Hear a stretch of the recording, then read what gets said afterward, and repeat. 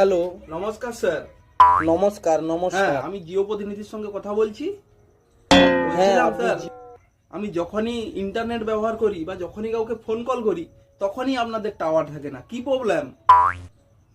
আরে স্যার, আপনি বোধহয় ইন্টারনেট কাভারেজ এরিয়ার বাইরে রয়েছেন, তার জন্য আপনারা কি আমার সঙ্গে ইয়ার্কি মারছেন? আমার ঘরের কাছেই ইন্টারনেটের টাওয়ার লাগানো আছে, আপনাদের জিও টাওয়ার, কিন্তু সেখানেও তো আপনাদের নেটওয়ার্ক নেই। আপনি ইন্টারনেট কাভারেজ এরিয়ার আচ্ছা, প্রতি মধ্যে মাসে আসুন। 239 টাকা রিচার্জটা কি বেকার যাবে? আরে না না স্যার, 1.5 জিবি ডাটা,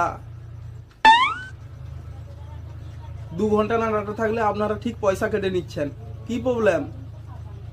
না কোনো এরকম তো problem চলবে নেই না, স্যার। পয়সা নিবেন।